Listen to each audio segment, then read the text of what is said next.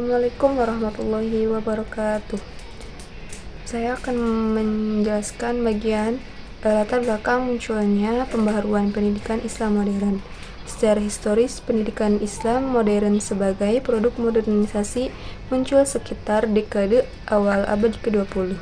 Kata modern di sini merupakan istilah pembaharuan para sejarawan maupun ilmuwan sosial yang disematkan sebagai wujud antitesis dari sifat ketradisionalan yang melekat pada sistem pendidikan Islam di Nusantara pada periode sebelumnya.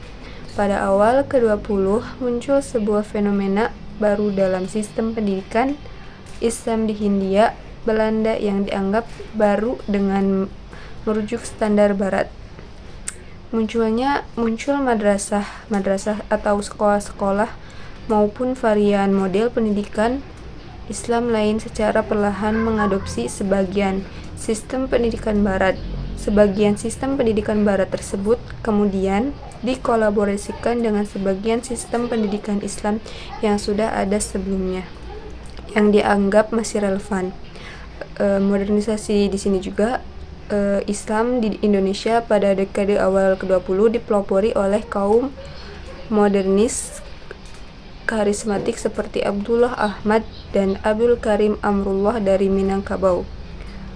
Ada juga Ahmad Dahlan dan Muhammad Yahya di Yogyakarta. Modernisasi sistem pendidikan Islam di Indonesia tidak bisa dilepaskan atau kondisi sistem pendidikan Islam tradisional yang telah berlangsung ratusan tahun sebelumnya. Para modernis Islam di Indonesia yang muncul pada akhir abad ke-19 atau abad ke-20 mengidentifikasikan penyebab mengapa dunia umat Islam begitu tertinggal sehingga hidup dalam garis kemiskinan, ketahayulan, taklid, miskin, prestasi, dan sulitnya keluar dari belenggu kolonialisme barat. Umumnya para tokoh modernis Indonesia saat itu terpengaruh saat mereka menunaikan ibadah haji ke Tanah Suci. Menurut mereka, salah satu sebab utama ketertinggalan umat Islam saat itu ialah faktor kurikulum pendidikan, modernisasi sistem pendidikan Islam di Indonesia. Tokoh-tokoh pembaharu Islam yang sangat berpengaruh di antaranya adalah yang pertama, Jamaluddin Al-Afghani. Ia dikenal sebagai pelopor pra-Islamisme, yaitu gagasan untuk mempersatukan seluruh umat Islam di bawah satu kekuatan melawan kolonialisme barat. Al-Afghani mengajak umat Islam agar sadar politik, maju dalam ilmu pengetahuan, dan tidak hanya bergantung pada tradisi lama. Yang kedua, Muhammad Abduh. Ia adalah murid Al-Afghani dan dikenal sebagai tokoh reformasi pendidikan di Mesir.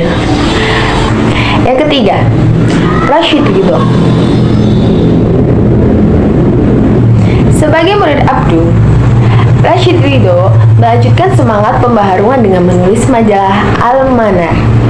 Melalui media ini, ia menyebarkan gagasan tentang ijtihad, pendidikan modern, dan pentingnya kembali Al-Quran dan As-Sunnah.